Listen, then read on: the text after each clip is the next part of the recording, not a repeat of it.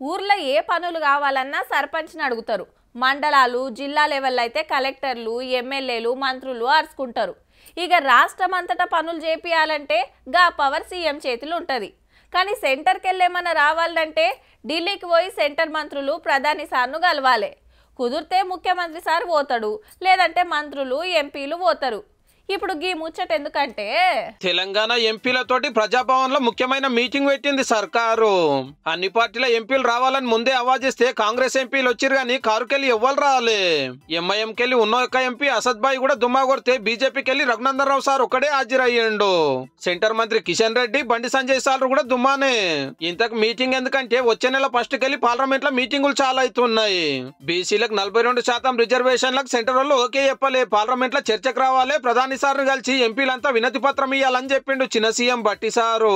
Time ఇస్తే CM sir మంత్రులు మళ్ళొక పారి ఢిల్లీకి వచ్చి కలుస్తారని చెప్పమన్నాడట.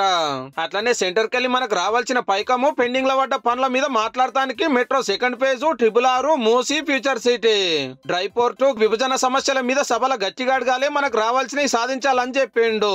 ఇంత ముఖ్యమైన మీటింగ్ కు ఇద్దరు సెంటర్ మంత్రులు ఎందుకు రాలేదో మరి.